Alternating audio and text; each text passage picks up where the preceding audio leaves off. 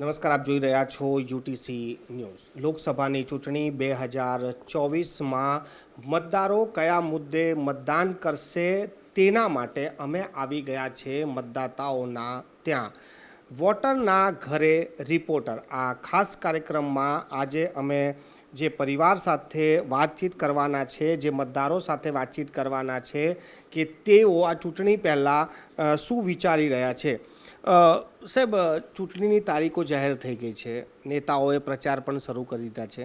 એક વોટર તરીકે શું ચાલી રહ્યું છે મનમાં અત્યારે આ ઇલેક્શનને લઈને? આ ઇલેક્શન પીએમ મોદી માટે છે. લોકસભા ઇલેક્શન છે, આપણે પ્રાઇમ મિનિસ્ટર સિલેક્ટ કરવાના છે.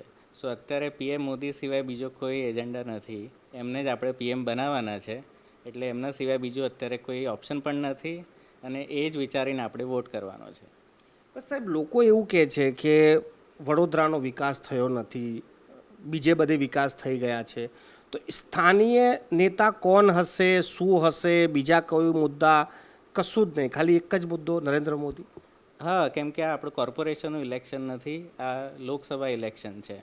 કોર્પોરેશનનું ઇલેક્શન છે તો ચોક્કસ કોર્પોરેશનનું કામગીરી થોડીક નબળી છે. એટલે પણ આ આપણું લોકસભાનું ઇલેક્શન છે, આપણે પીએમ માટે વોટ કરી રહ્યા છે. સો મોદી સાહેબને, બીજેપીને જ વોટ કરવાનો છે.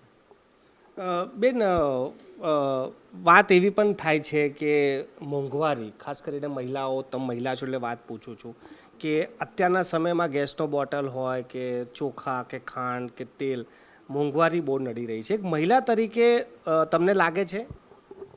ના, એમ જોઈએ તો કોઈ મોંઘવારી બધાને છે ને, વસ્તુ લેવા માટે મોંઘવારી હોય છે. એવરી સેટરડે સન્ડે તમે બહાર જશો ને તો મોસ્ટલી બધા 80% પબ્લિક બહાર જ ફૂડ જમતી હોય છે, કોઈ ઘરે નહીં બનાવતું. ત્યારે કોઈને મોંઘવારી નહીં નડતી. બસ ચોખા લાવવા છે, ખાંડ લાવી છે, ત્યારે બધાને મોંઘવારી નડી જાય છે.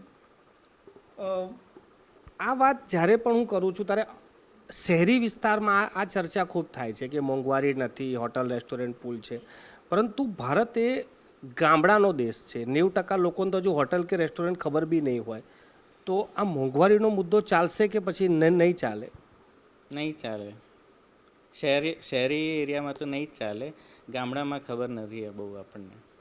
સાહેબ, તમે જેમ કહો છો કે જે સરકારને તમે પસંદ કરો છો, તમે એને જ મત આપશો, પરંતુ એ ચૂંટીને આવે, માનો કે તમે વડાપ્રધાન બની જાઓ અત્યારે, તો તમે સૌથી પહેલાં શું કામ કરો?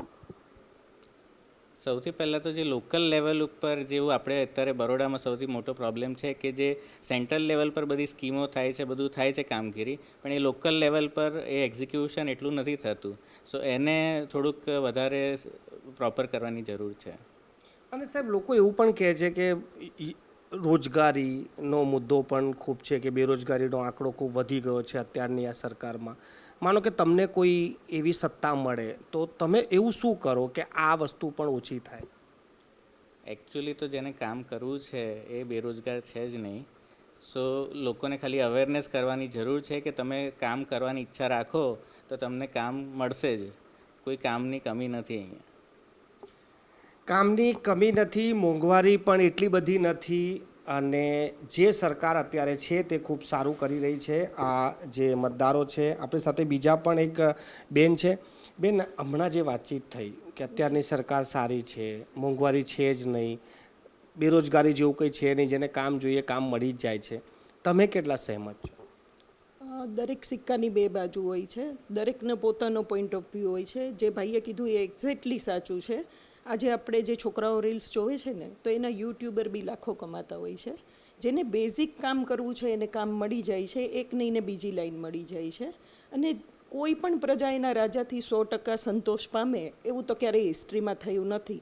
તો કોઈ એક ગવર્મેન્ટને પોઈન્ટ આઉટ કરવાની બદલે આપણે મગજને ખુલ્લું રાખીને બીજા જે પોઈન્ટ જેમાં ડેવલપમેન્ટ થયેલું છે, કે જેમાં સ્કોપ છે, કે હજી એક ચાન્સ આપીએ તો શું, કે પછી આપણે આગળ જવું છે કે બેકમાં પાછું જવું છે, હિસ્ટ્રીને જોઈ અને ફ્યુચર કેવું હશે એ ડિસાઈડ કરવું છે તો ડેવલપમેન્ટ જોવા જોઈએ. બેન, કયું ડેવલપમેન્ટ તમને સ્પર્શી ગયું કે પહેલાં નહોતું ને હવે થઈ ગયું છે? બેઝિકલી મને તો એવું લાગે છે કે રોડ, બોર્ડ, બ્રિજીસ, જે બધું આપણે સુરત અમદાવાદની કમ્પેરિઝન જે બીજા સિટીઓની ઓલીમાં કરીએ તો ઘણી વખત હવે રીલ્સમાં ને એમાં બતાવતા હોય છે કે આ આપણું ઇન્ડિયા છે. તો જે આપણી ફોરેનમાં જે એક ઇમ્પ્રેશન હતી ગોબર દેશી જે આપણું ગામડાનું છે બેઝિક રહેવાનું, પણ જે એક આપણી રોંગ ઇમ્પ્રેશન હતી એમાંથી જે ડેવલપમેન્ટ થયું છે, જે ટેકનોલોજીનો વિકાસ થયેલો છે, જે આઈઆઈટી અને જે એજ્યુકેશનલ સેન્ટરોમાં ડેવલપમેન્ટ થયેલું છે એ 100% વખાણવા લાયક છે. બેન, હું જ્યાં લોકો પાસે જઉં છું ચર્ચા એવી પણ છે કે પ્રાઇવેટાઇઝેશન થવાથી એજ્યુકેશન મોંઘું છે, હેલ્થ ખૂબ મોંઘું છે, તો આ બધી વસ્તુઓ મુદ્દા રહેશે આ ઇલેક્શનમાં કે નહીં રહે? રહેશે જેને જે મુદ્દા ધ્યાનમાં આવશે એ 100% ટચ કરશે, પણ તમારે ઓવરઓલ ગ્રોથ જોવો પડશે. કેમ કે કેટલા બધા લોકો એવા પણ ખુશ છે જે મા કાર્ડની ફેસિલિટીથી ઓપરેશન કરાવી ફ્રી ઓફ કોસ્ટ અને હેપી છે. એટલે દરેક જગ્યાએ પર્સન્ટેજ ડિફરન્સ રહેવાનો.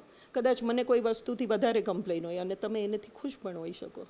એટલે મુદ્દા તો બધા રહેવાના, નોકરી, બેરોજગારી, મકાન, પાણી, દરેક સમસ્યા, રસ્તાની, રોડની.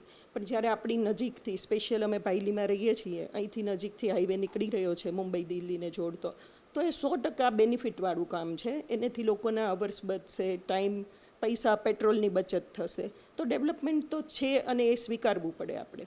બેન, એક મુદ્દો એવો પણ છે કે જ્યારે લોકસભાની ચૂંટણી છે અને વડાપ્રધાન નરેન્દ્ર મોદીને જોઈને જ્યારે મતદાનની વાત થતી હોય ત્યારે સ્થાનીય ઉમેદવારને પણ જોવો જોઈએ કે કોણ છે, શું છે. તો એ નહીં, એ મતદાતા જોવે છે કે સ્થાનીય કોણ છે કે પછી વડાપ્રધાન નરેન્દ્ર મોદી કે કોઈ પાર્ટીને જોઈને મત આપવાનું?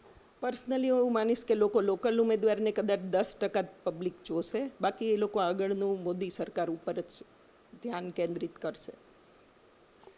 આપ જોઈ રહ્યા છો કે લોકલ ઉમેદવારને માત્ર 10% લોકો ધ્યાન આપશે, બાકી તો રાષ્ટ્રીય મુદ્દાઓ અને રાષ્ટ્રીય નેતાઓને જોઈને જે આ વખતે મતદાતાઓ જે આ ઘરમાં અમે ચર્ચા કરી છે તેવો મતદાન કરવાના છે. ડેવલપમેન્ટ એમને દેખાઈ રહ્યું છે, મોંઘવારી તેમને લાગતી નથી કે મોંઘવારી છે. અને આ જે મતદારો છે તે 7મી મેએ જે મતદાન કરવાના છે તેનું પરિણામ 4 જૂને આવી જશે કે લોકોએ કયા મુદ્દાઓ પર મતદાન કર્યું છે.